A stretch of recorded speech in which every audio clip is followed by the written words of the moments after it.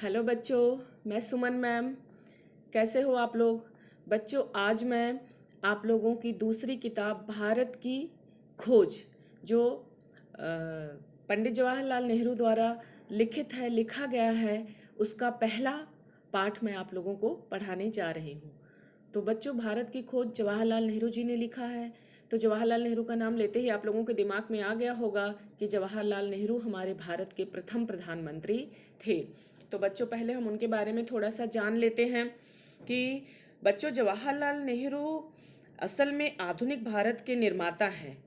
जब महात्मा गांधी जी आज़ादी की लड़ाई में सक्रिय थे, तो पंडित जवाहरलाल नेहरू ने उनके साथ भारत की आज़ादी में बढ़ चढ़कर हिस्सा लिया।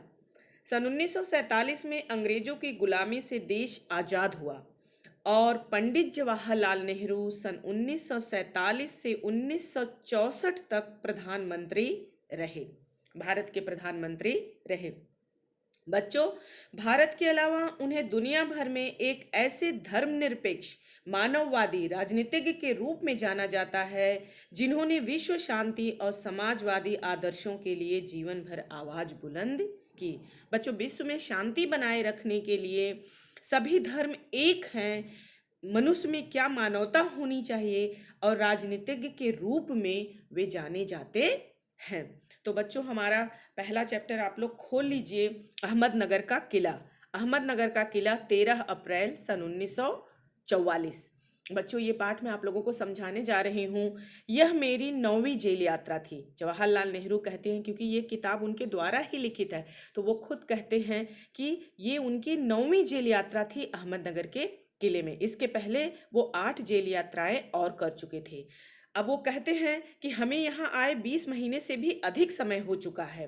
पर वो कहते हैं कि जब मैं यहाँ पहली बार पहुँचा था अहमदनगर के किले में, तो अंधियारे आकाश में झिलमिलाते दूज के चाँद ने हमारा स्वागत किया था। जिस दिन वो बेटा अहमदनगर के किले में बच्चों वो आए थे, उस दिन दूज का चाँद था।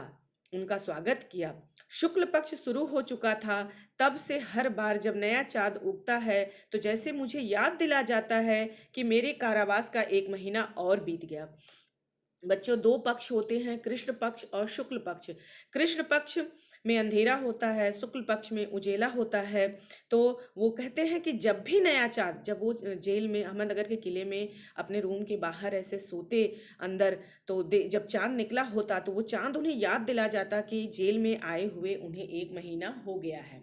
ऐसा लगता था जैसे चाँद मेरे बंदी जीवन का स्थायी सहचर रहा हो।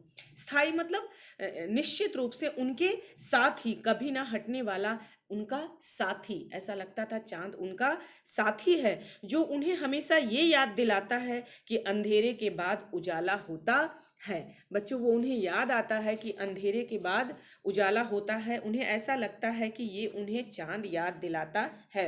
बच्चों, उसके बाद आप दूसरे पेज पे आ जाइए। अतीत का भार। अतीत का भार क्या है, उसके बारे में हम जानेंगे। आप देखिए, चित्र में देख सकते हैं कि room number 8 occupied by honourable prime minister Pandit Jawaharlal Nehru, ऐसा लिखा हुआ है। अहमदनगर किले का वह कक्ष जहां 1942 से लेके 45 में जवाहरलाल नेहरू को रखा गया था। ये देखो बेटा, सामने वो लगा हुआ है पोस्टर जिस पे ये लिखा हुआ है। अब वो लिखते हैं बेटा, अतीत का भार क्या है।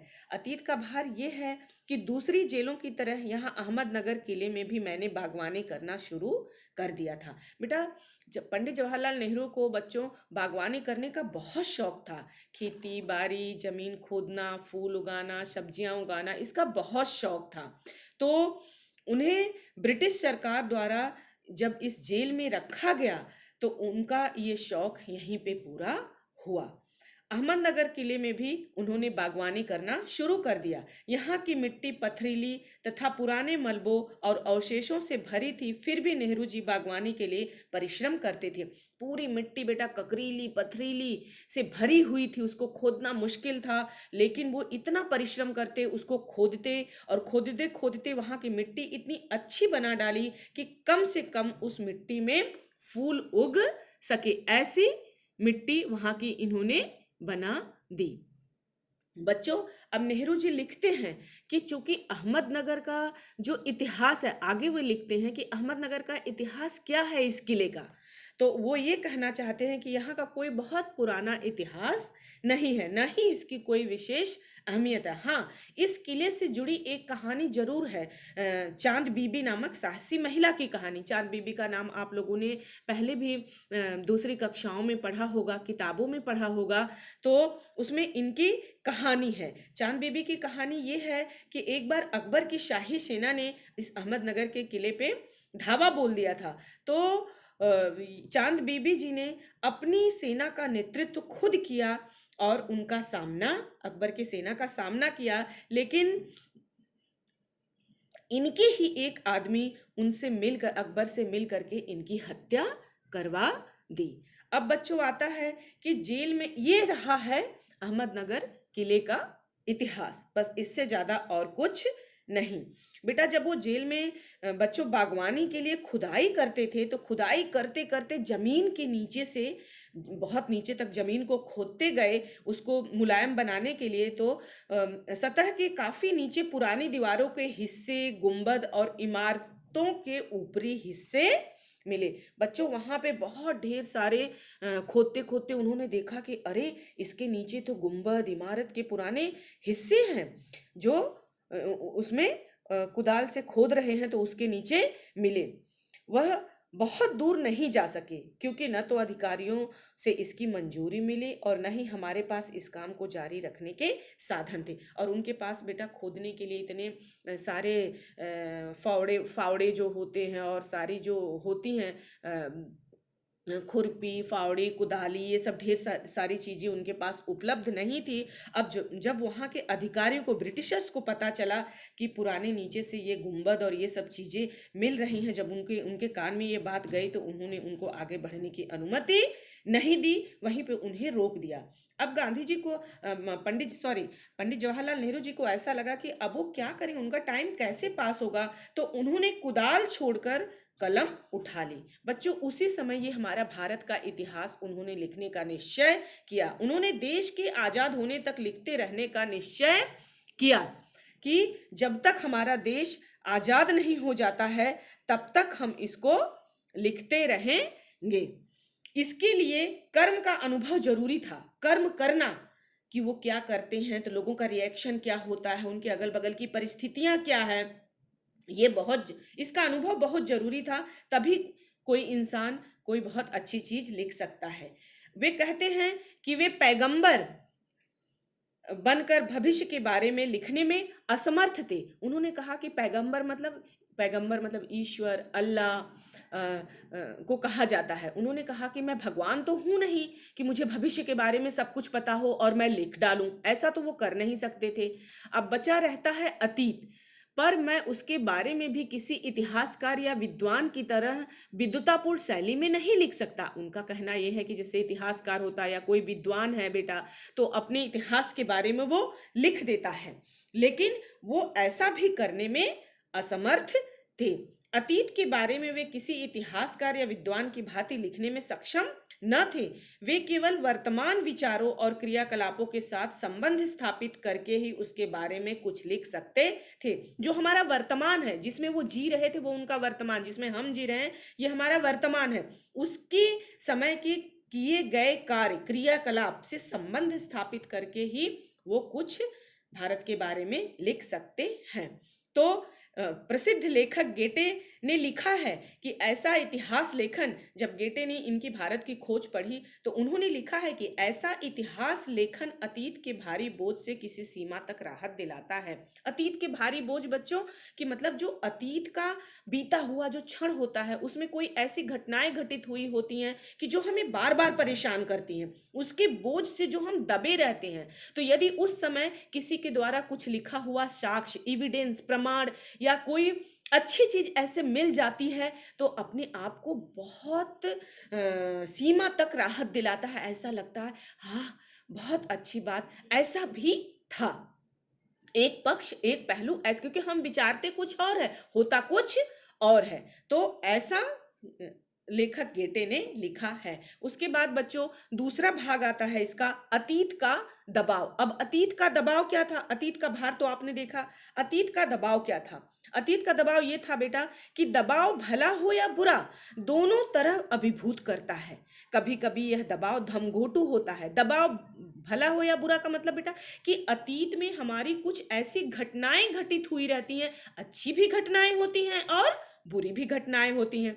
तो अच्छी घटनाएं होती हैं तो हमको अच्छी अनुभूति होती है, लेकिन जब बुरी घटनाएं हुई रहती हैं वो एकदम दम घोटू, ऐसा लगता है कि दम घुट जाएगा।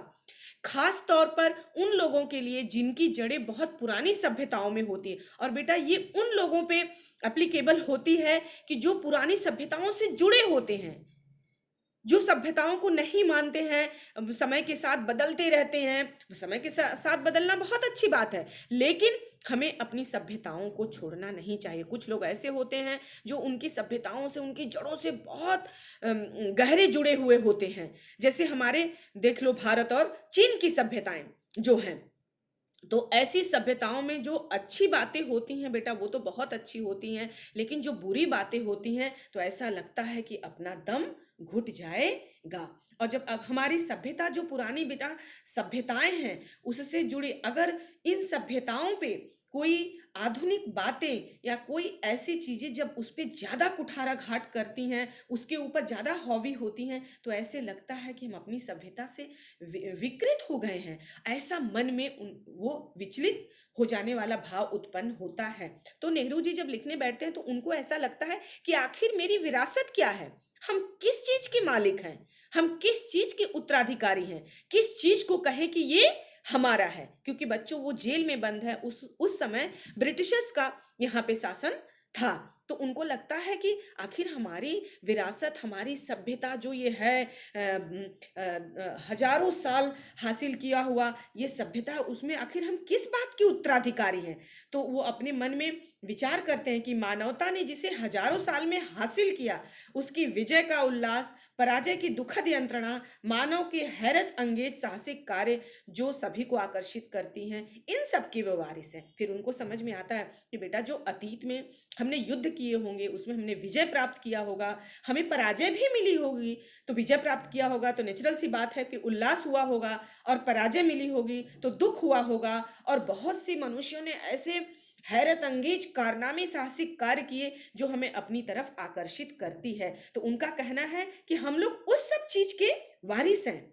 हम उनके आज जो हम हैं, हम अपने पूर्वजों जो हमारी इतनी सभ्यता और संस्कृति उसकी देन है। हम हमारे शरीर में जो रक्त मांस हाड़ से बना हुआ ये हमारा शरीर है, ये हमारी पुरानी सभ्यताओं से जरूर बनी हुई है, इन सब के वारिस हैं। इसके साथ ही उन सभी के भी जिनमें पूरी मानवता की साझेदारी है। और वो फिर कहते हैं कि हम उसके भी उत्तराधिकारी हैं कि कितने लोगों ने कितनी सारी मानवता को वो करके कि एक साथ हो करके हमने इतना सारा काम किया है, उस सब की साझेदारी है।